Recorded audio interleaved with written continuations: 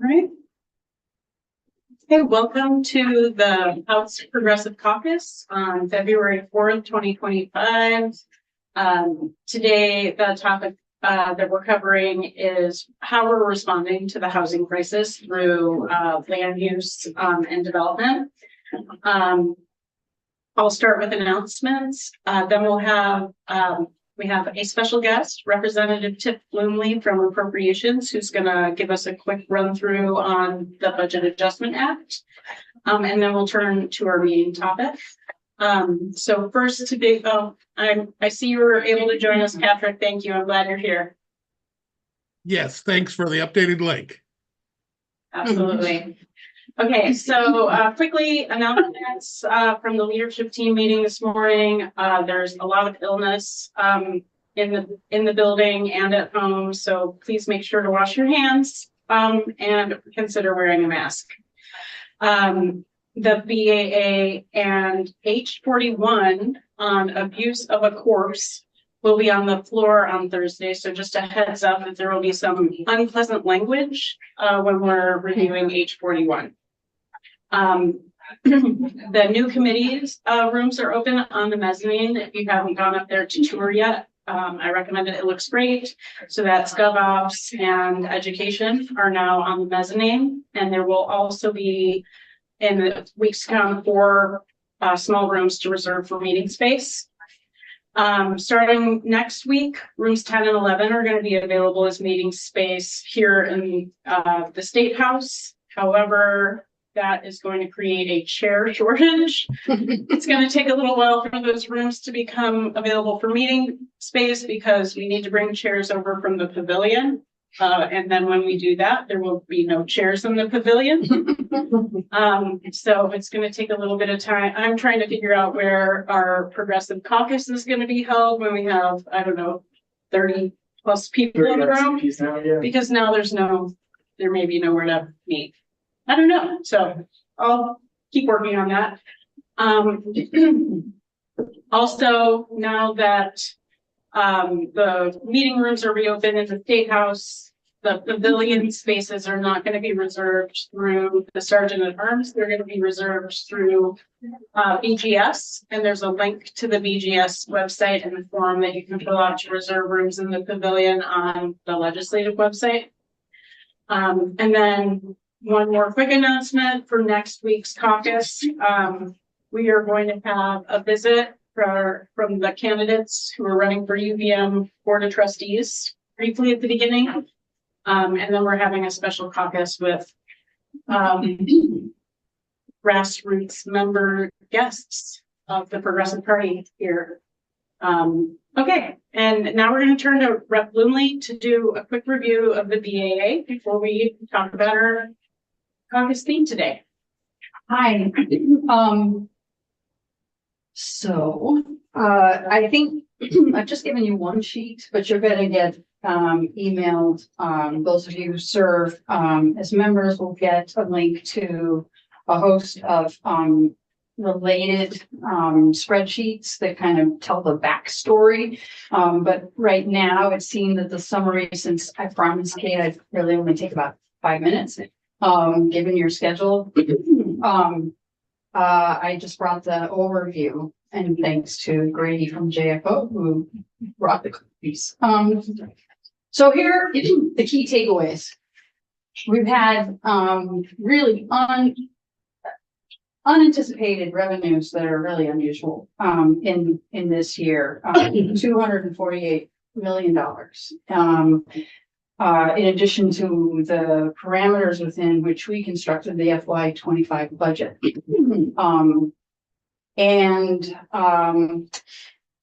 This BAA either reverts or appropriates $105 million for different purposes. And what's left is 100 of the surplus revenues is about 133 million to carry forward to FY26. And there are very, very few things that we disagreed with the governor on. There Here are the big ticket items that the budget adjustment funds. $47 million in general fund that is matched to a degree by federal money to kind of true up our commitments to meet Medicaid providers who bill for Medicaid. We've had a higher than anticipated utilization rate. Significant, $77 million in total, represents the total commitment that we need to make through the BAA to meet those needs. And we are defraying, we're paying for the premium, we're giving 18.5 million to pay down what state employee healthcare costs would be. The premiums went up, but that's a mid-year adjustment. And so instead of deferring those additional costs to the next fiscal year, we're paying those down so that state employees then aren't hit with a double-digit increase in the next year. $10 million is reserved for emergency stabilization of critical organizations that provide either mental health or substance use treatment, residential treatment, but also includes like community health centers, et cetera. That will be administered through AHS, through an application process. And the needs were so great that it needed to be done through the BAA and not through the budget. And $53 million global commitment to meet the needs of nursing homes. We also, I think, paid another $6 million to the Veterans Home to meet their needs for visiting nurses. These are all really significant costs. We also, the direct apps include like lottery, cannabis, sports betting and lottery. Income is projected to not be what we projected. You can tell I'm not used to like trying to distill all this, so I'm sorry I'm stumbling over my words, but at any rate, so there's $11 million in the lottery fund that we would have had in income, except that over a period of years we hadn't actually covered. Grady, was it the pension costs, or did we just run a deficit in that fund? You know, every year we project what they're going to actually kick back to the general fund, and if they didn't for the last since 2017, they just took a hit. But now we're truing it up and filling that hole. We're at 5 minutes. Yes. So I just want to say, big picture, there are really important things that we are using those additional revenues for, and then the carry forward into next budget year has been is that just going committed general fund. Well, the carry forward has been committed to certain purposes that are. I'll write that to you, Kate, so that you can then share it with folks who are here. But it's to alleviate property tax burdens. It is to invest in permanent housing. It is to meet other critical needs. And is that covered on this sheet? I don't see. No, because it's not named there. I mean, it's in the governor's budget, but we're not touching that right now. Okay. We did appropriate $14 million of funding that the treasurer said he didn't need. It's going to fund some key housing holes. One, we're going to give VHCV $8.5 million.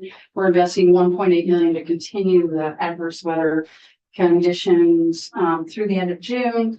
And we're investing in disability housing, for adults with disabilities. Awesome. It's part of that. Okay, I'm out of here. Thank you so much for being here, Ted. Oh, yeah. And there's, And we can reach out to you with any questions we have, right? yes, you may. Okay. Yes, or your budget buddy, whoever's been assigned to you. Okay, thanks. Thank you so much. Right. I'm gonna easily talk about that for a full hour. Yeah. But let's jump in to make the most of the time that we have together again. Land Access and Opportunity Board staff are not gonna be able to join us today. But Representative Brian Chena, who's joining us remotely, is a member of the Land Access and Opportunity Board. So Representative Chena, there's one question in particular I'm going to ask you during this conversation, but otherwise we'll just stay focused on the folks who are in the room with us, plus Patrick Shattuck from Rural Edge. So why don't we just jump right in? I'll just ask the question. Everybody can answer. We'll just go one at a time. And then we'll move on to the next question. So what are the immediate positive impacts on housing development that you're seeing from the Home Act, Act 47 and Act 181, the Act 250 reform? Anybody want to jump in? Sure. My name is Peter Gregory. I'm director of the Two Rivers Ottauquechee Regional Commission. And I would say that we are seeing some housing development in smart growth locations, and Fairleigh in particular, rehabbing existing buildings. The Regional Planning Commission is using brownfields assessment to underwrite the costs even further. But there's housing that's not now having to go through Act 250 with the interim exemptions that are in place. So that has saved some time and saved some funding for the developer and allowed the funding, the housing that's being built to be more affordable. So that's the housing development we're seeing. And the Home Act certainly has enabled better local regulations that are more conducive to housing development. So we're seeing better local planning and local regulations. So that's also a direct result of the Home Act. Awesome. Patrick or John? Oh, you're on mute, Patrick. Good afternoon. I'm Patrick Shattuck. I'm the Executive Director of Rural Edge, the housing organization serving the Northeast Kingdom. Almost immediately following the passage of Act 47, we applied for permitting for an emergency shelter in the Northeast Kingdom in an area that had previously not been permitted for it. Up until December of 2023, the Northeast Kingdom didn't have an emergency shelter. And the only place in St. Johnsbury that was permitted for it was in the health zone. So all the property was owned and under the control of the hospital. It really created an interesting dynamic in trying to build something there. And there was an effort to set up a shelter there, but it was going to be a long time, be new construction, and we needed an emergency shelter immediately. We were able to secure a different property, an adaptive reuse of a church structure. And while the Development Review Board, we pointed out Act 47 and the provisions of it, it was right after it had become effective. They said, we don't know about Act 47. We don't know what this requires. But somehow citing it, we managed to get our permits, which we certainly never would have. There were all sorts of different decisions made that I can't quite understand how they came to the rationale, but we received the permits. And I think having that pressure, having the understanding that there was something that helped to reduce the restrictions on where emergency shelters could be located, certainly influenced the granting of those permits. The shelter was able to open in December of 2023. It would not have been able to, I don't think, without Act 47 and that language.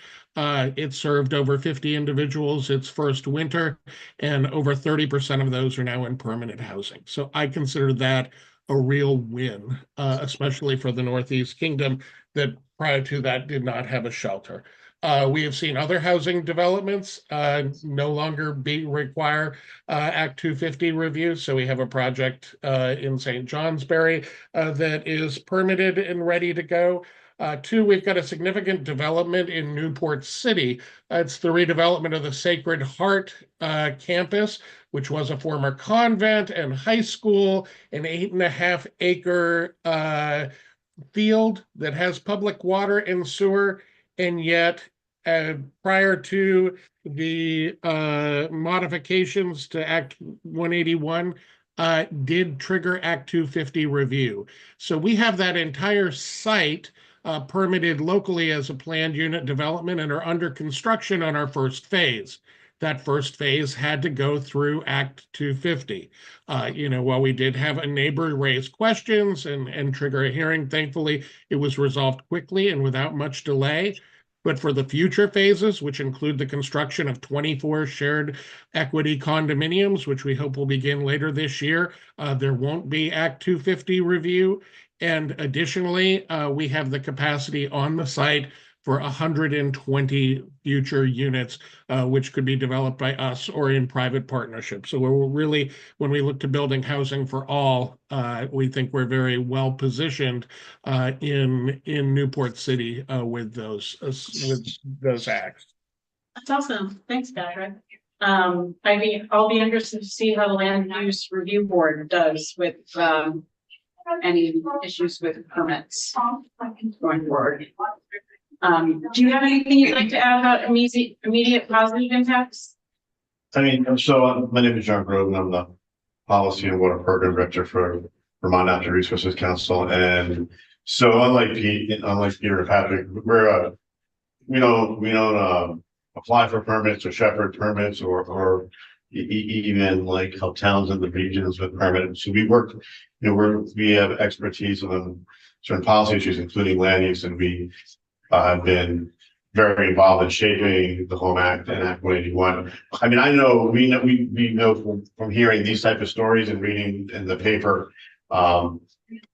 exactly what you just heard. But I do want to say that I'm glad that Patrick mentioned that. I mean, our position has always been, and this is going to be continue to be a debate that goes on probably for as long as the state of Vermont exists and as long as Act 250 exists. But, we've always taken the position that Act 250 is not the death knell for these projects, that, it's a law that's put in place to just make sure that for larger projects that we have, development that's controlled appropriately. But, given the housing issues that we've seen, and we've always been for good planning, like we helped work on both the Home Act and Act 181 to substitute Act 250 review for good planning in the areas that have water and sewer and infrastructure and are, near services. And so, we think it makes sense, and certainly it can result in it's expedited. If you only have to get one permit, you don't have to get two permits. But I like the story that even when they had to go through Act 250, they resolve the issue, which is what happens most of the time.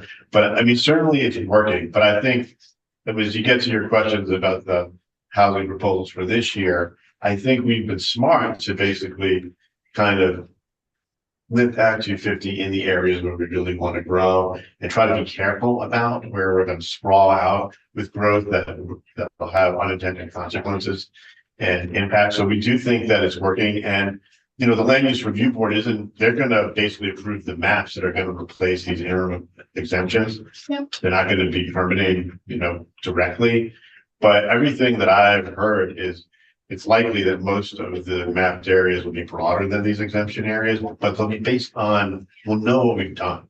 Yeah. I know you know this because you said that you worked on the bill. Yeah. But we'll know, so that'll be the next phase of this, is like moving to the maps, which will have these exemption areas and the protection areas. Right. And so that kind of goes right into the next question, the longer term positive impacts on housing development. I think from your perspective, it's incentivizing good planning. Yes.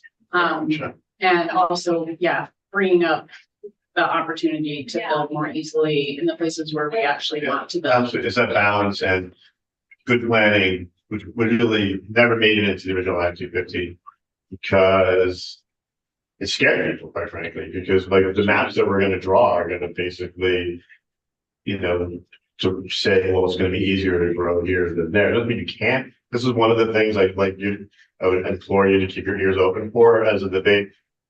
Act 250 now, or like no one says you can't build Yeah. anywhere. It's where we want to make it easier, where we want to really incentivize it. And yet the type of housing, not the single family housing that people can't afford way outside of where, our infrastructure is, but multi-family housing and the type of projects Patrick is talking about. So, yeah. Yeah, we'd like to add, the longer term benefits, as John mentioned, is the investment in good planning that was never there from the beginning. And, I think it provides some clarity and predictability for development of any type once it's set up. So we are very excited to be, charged with making sure that planning is done on time, done well, and covers the entire state. And we work with our municipalities to do that. All 11 regional planning commissions are neck deep in setting up these communications with our towns to develop the land use maps, and we will have them done as the legislature intended in 2026, in time for the land use review board to approve. By 2026. Yes. Yeah, actually, we lost Rep. Gina, who I was going to specifically ask about this with the. I know that the Land Access and Opportunity Board is going to be particularly focused on ensuring that they are paying close attention to how the land use map process is going, and making sure to bring the voices of environmental justice communities into the planning process at the regional level. So that's going to be their focus for community engagement through this year. And if Rep. Gina joins us, maybe you could say more about that then. Patrick, what do you see the long-term benefits as a developer for? Yeah, I mean, I would certainly echo it helps with the predictability and reduces uncertainty, which is what a developer is looking for. When they're looking at a site, it's how do you evaluate risk? And if you can provide more certainty, it makes a development more attractive. So I think those planning tools, understanding what we need to do early on helps to incentivize development. It addresses cost because we're able to plan. It encourages density, reduces parking, all things related to the cost that are great tools to help us develop. One area I'm a little concerned in, I talk about, our development efforts in St. Johnsbury and Newport, all the largest communities in the Northeast Kingdom. Some of our smaller communities don't have the capacity to really plan effectively. And that doesn't mean that we don't have town centers that might have or village center designations. And there are some really smart development projects that are going to still trigger Act 250 because there might not be both a zoning ordinance and subdivision ordinance. And so when you look at all of those requirements on small communities, it places real challenges on housing development that is right for the community. You talk about planning, we've worked with some communities for 5 years, and yet we're still going to trigger Act 250 for something that's right in the center of town. Yeah.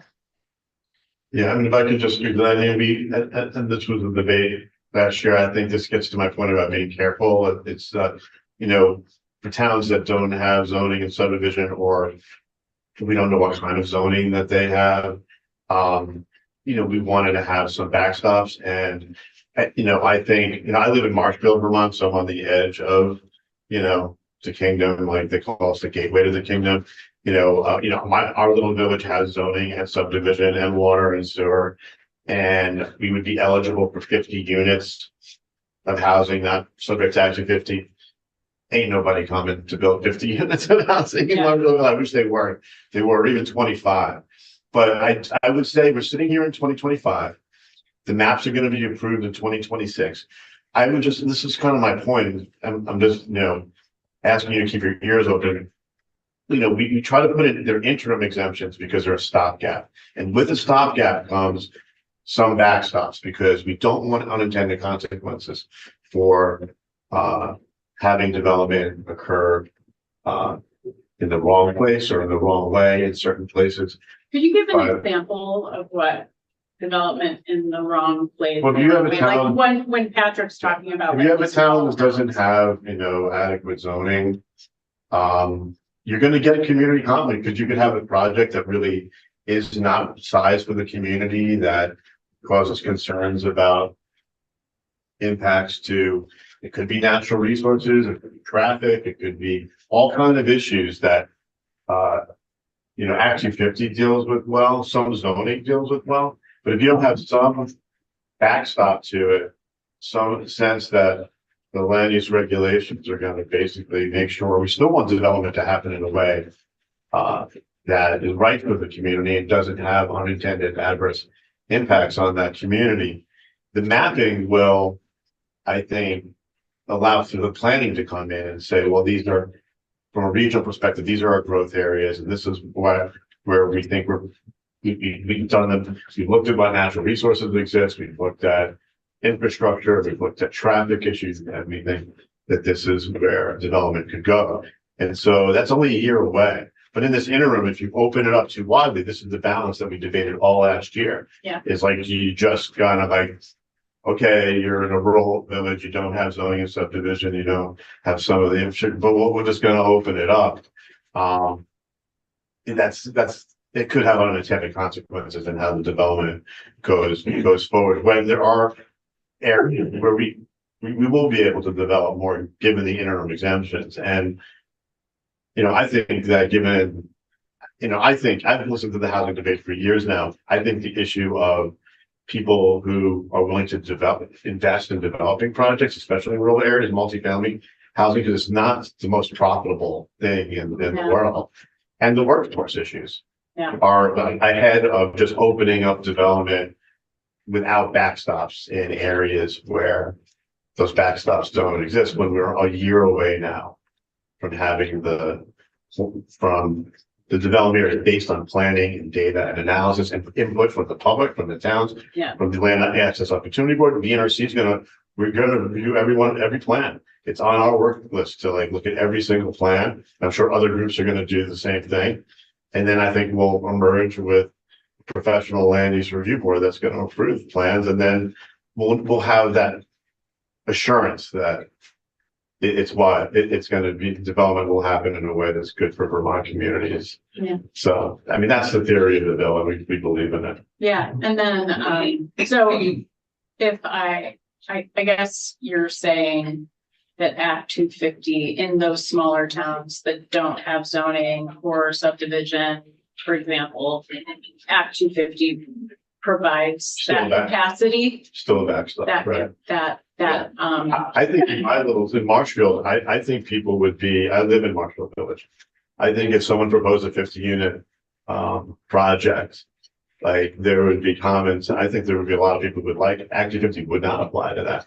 But I think there would be a lot of people, given that we've not seen anything like that ever in the town of Marshfield in its entire history, would not mind having that regional review. When we have, even though we qualify, we have no staff. I mean, I've been the chair of my planning commission, my development review board, write all the decisions, do all the work with my other, we don't have anyone helping us. So that's Right. Act 250 brings that in to, smaller communities. And I think that the mapping that you're going to do is going to basically say, no, in these areas and these communities, we don't need that state backstop. And the smallest communities are priority under the municipal planning grant program if they want to look at zoning or subdivision for the first time. So they are enabled and encouraged to access those funds if they are inclined to move in that direction.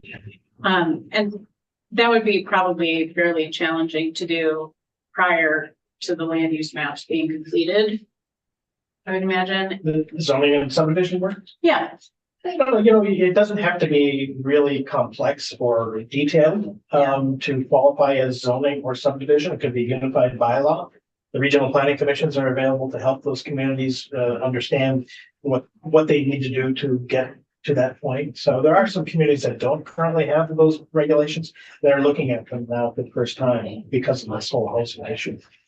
But not everyone, and as John said, I mean, not every town wants these large developments. They didn't prior to this Act 181, and they're not going to be after. Yeah, in fact, town, like, one of the things we debated last year was even with the maps, and then this is in the governor's housing bill, and it's something that I think is appropriate to revisit, is towns, they have to opt in to these now, because there was a whole concern about, like, some rural towns, like I'm saying, in my little town, I think there would be as much opposition, and maybe wrong, and maybe this is part of the, exclusionary zoning over the years, but whatever it is, like, so there's that balance now, and I would vote, once we have the maps, that you should, have to opt out, not opt in, like, Yeah, but, and that's a proposed change in the governor's housing bill, which we supported last year.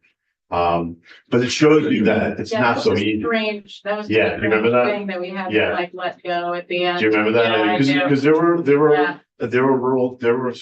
the rural caucus, who's been very outspoken on this. They were of multiple minds on this, right? It's like, Yeah, oh, what does my town want? I don't want to force this on my well, town. you can't opt Yeah. out, Right, yeah, right. so. But anyway, it's just, it's really an example of the complexity Yeah, of the debate, and so, yeah.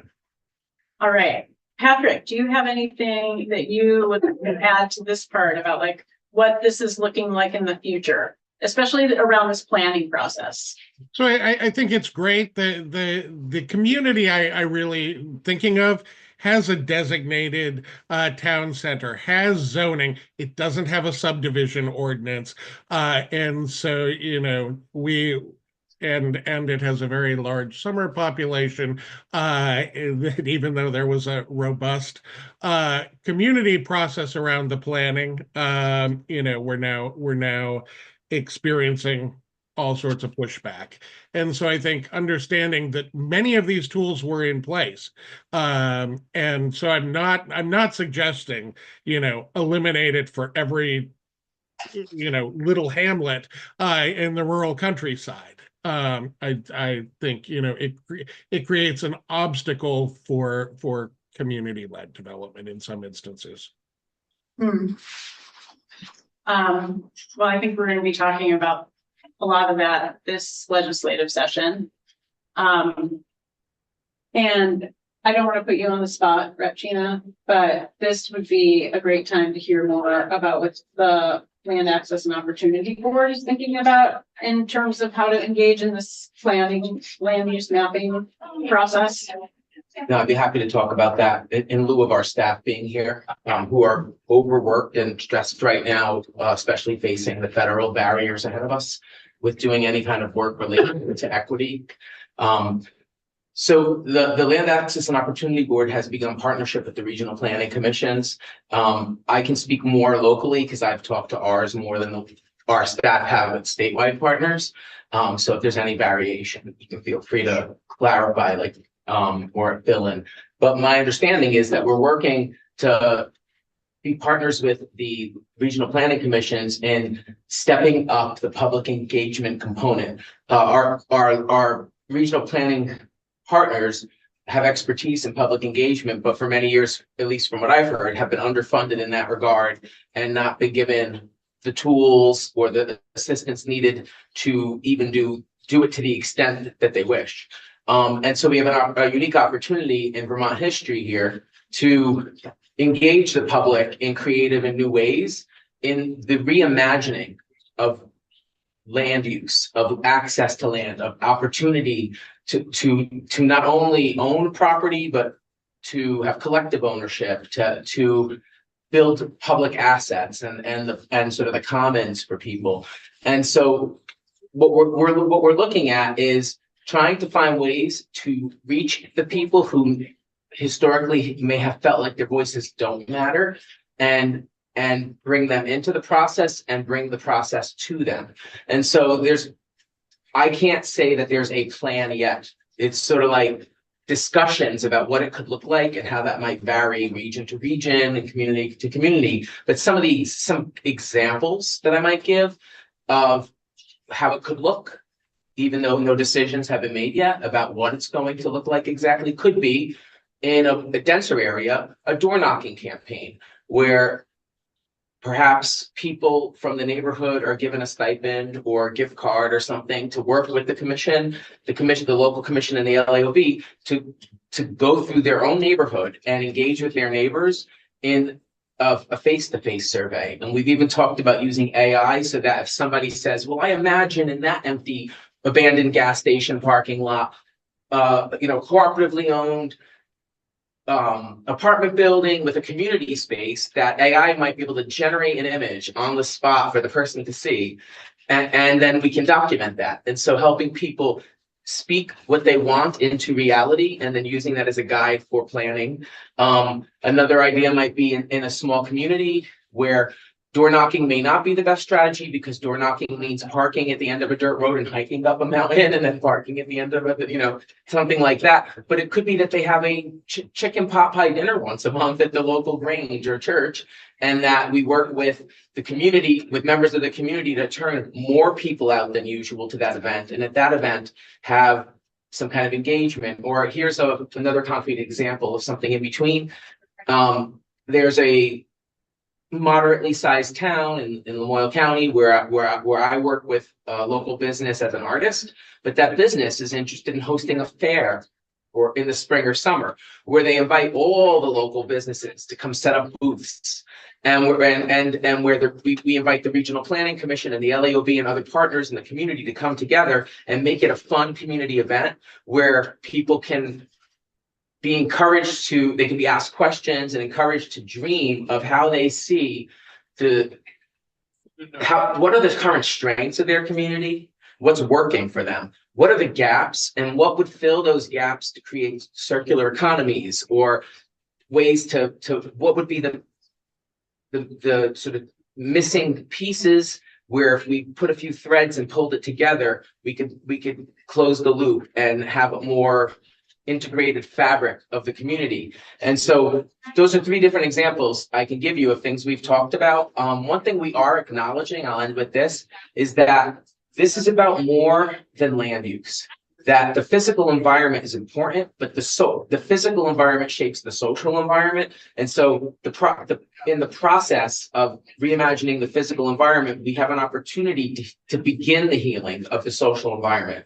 And what this might look like would be one area that we've already looked at is music therapy, healing rhythms. So bringing people together to make music together, to dance together, to eat food together, to celebrate being in this reality together is part of the imagining, because ultimately we can build a new environment, but if we just build it in a cold, sterile way, we're missing something. But if we create a warm, nurturing, inclusive environment to reimagine that physical environment, and then we deliver to the people what they dreamed of, that also restores confidence in government, and it restores the social fabric of our society, and it strengthens our democracy at a time where we're going to see many people's rights eroded.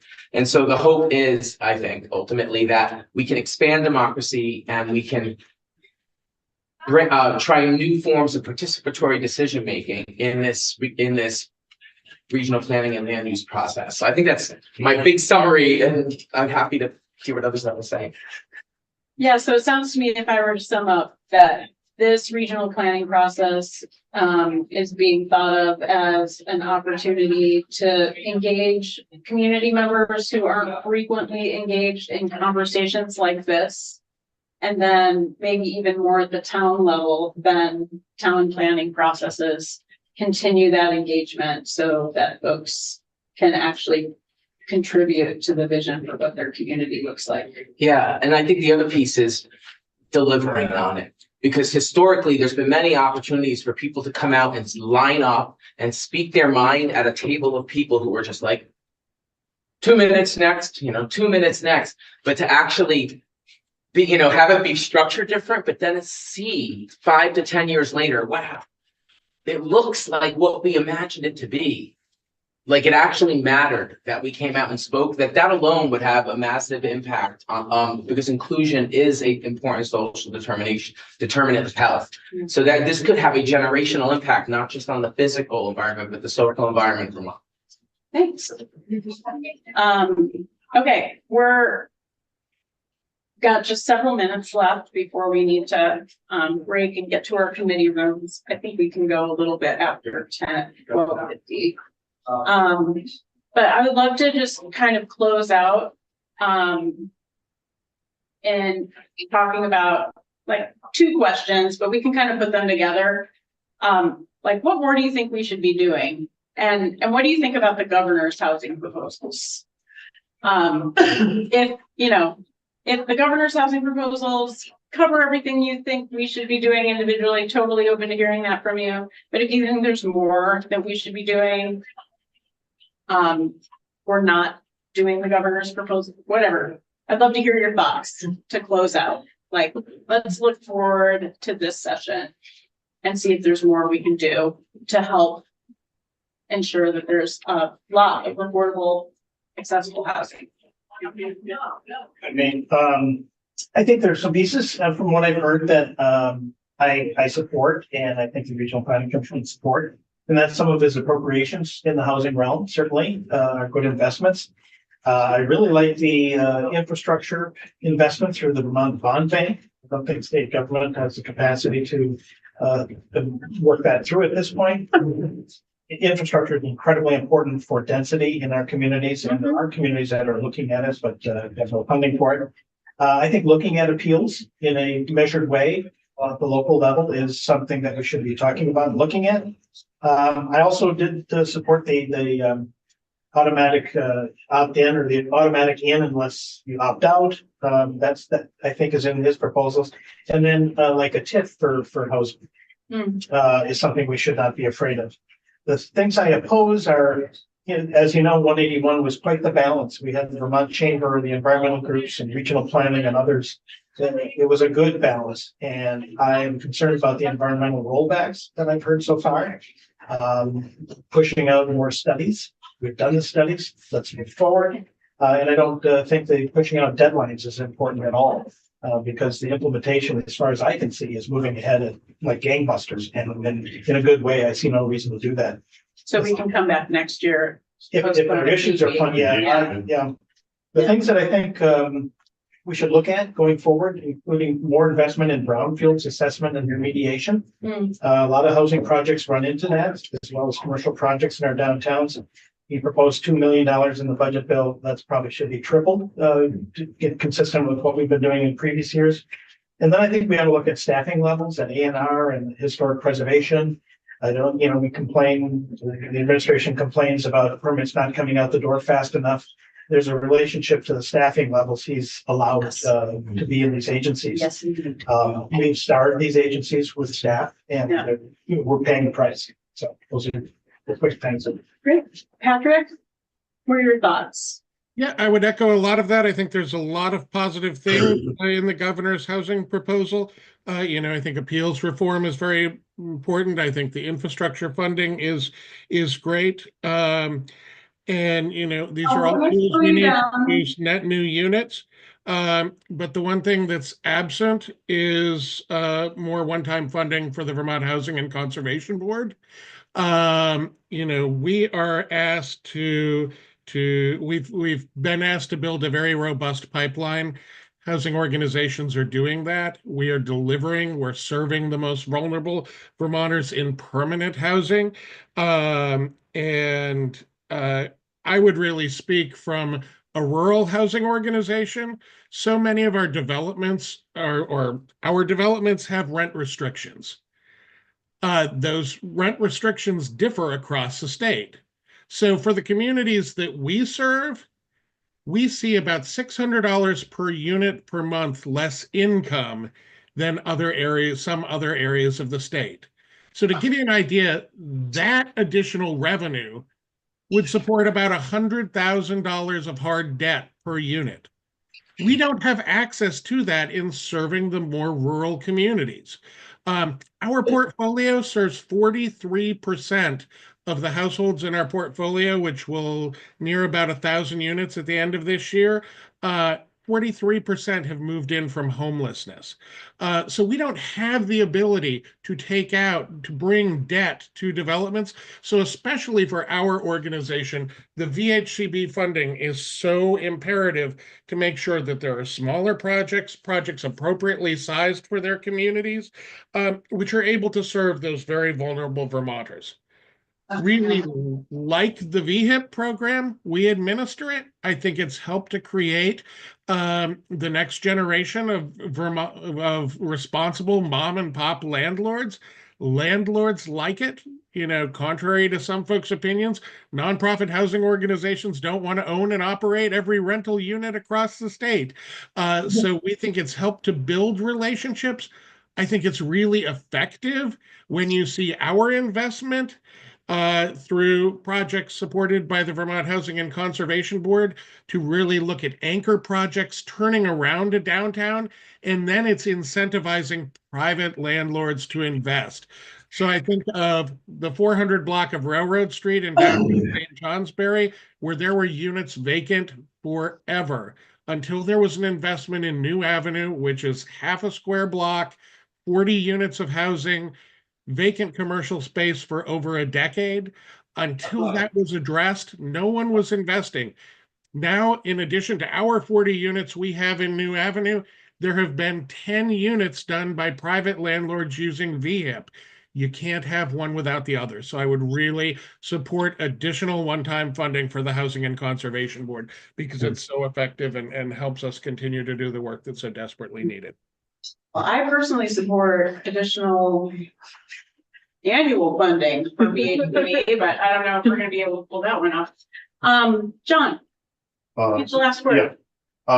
So still going through the governor's proposal, very disappointed that he didn't share it with anybody. I don't know who he talked to, staff talked to, but it wasn't us, and it wasn't so for anybody that I talked to. So, and there's a lot in there, and so it's going to make it slower, quite frankly. And I've told the agency staff that I was like, because we're going to testify and we have questions and concerns about some of it, and now we're going to have to do it in the middle of the grind it through the legislative process. So the whole act was completely, Seth Bongart's put together a group, you were part of it, met dozens of times.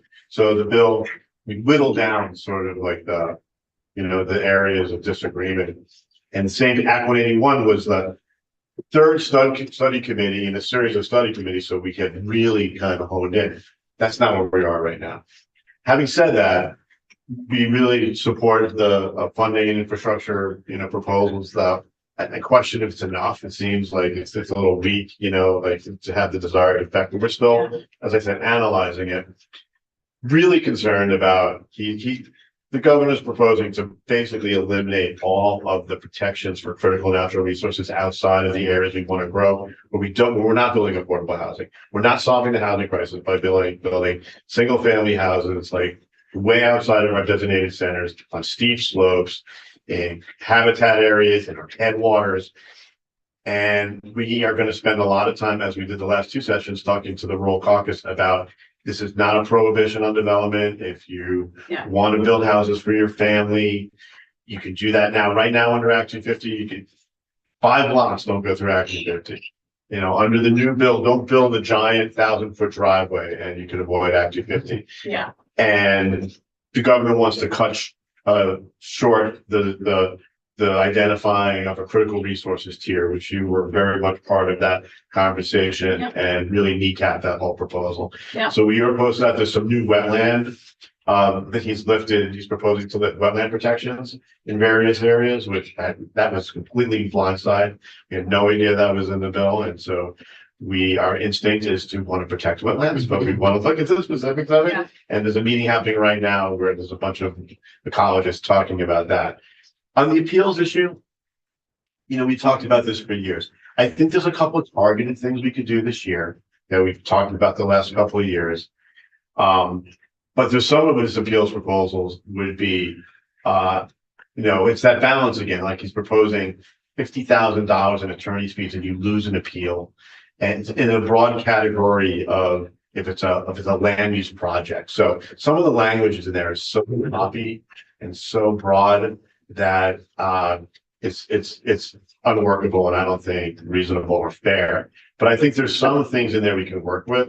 But importantly, in Act 181, there's an appeal study because we could not agree on how to fix the appeal system. And I'm a lawyer, Jeff should have mentioned that, and I've been a land use lawyer, and I've been involved in zoning appeals and activity appeals and A&R appeals. I've gone to the Vermont Bar Association as an environmental section because I think they should know about this conversation. And so far, the feedback I've gotten is we need systemic change. And that's why we put that study in. We need to change the system. The system we have of a clogged up environmental court that treats a setback dispute the same as a Walmart is a big part of the problem. And it's a much bigger issue than trying to just, cut people out of the appeals process. By threatening them with. Like $50,000 like slap suit type of fine. Right. So we really want that to work. But having said that, I think that we could probably have a couple of additional targeted changes to appeals that would help allay some people's concerns. But until we get that systemic change, we are not going to solve, solve this problem writ large. Yeah, I appreciate that. So it sounds like we're building a lot of housing. That's good. Sounds like if I had to sum up, sounds like money. Actually, there are some like very targeted that we should probably be talking about, but otherwise, money to build housing seems like the thing that we're looking for, that we need actually more than anything else, and infrastructure and, everything related to building housing. So I really appreciate you all being here, educating our caucus. Can I ask one last question? Well, we have like 3 minutes until committees start, so I wish we did have more Right. time. Well, An hour is never enough. Please, let's just talk. We can stay and talk. Yeah, after it ends, I'll Yeah. have a question. But Sorry, everyone. please keep me in touch. Like what you're hearing is that, we're just going to keep talking to people. We're going to be putting together fact sheets that we actually had from last year, and like to just get information out there Yeah, on the various issues as. yeah, no, I like that was a very, very rigorous conversation that we had for months and months and months. It's a lot of information to take in, and it's really easy to hear some of the talking points that are being made and make it sound like, oh, Act 250, and we know that that the issues are far more fine grained. I mean, I'm really so happy to just read every time I read an article about a housing project. I mean, I think it's working. And we could just wait a year. I think we could just before we blow up the system again. Yeah. I don't know, but that's not politically expedient. Patrick, thank you so much for joining us. Thank you so much for joining us, both of you.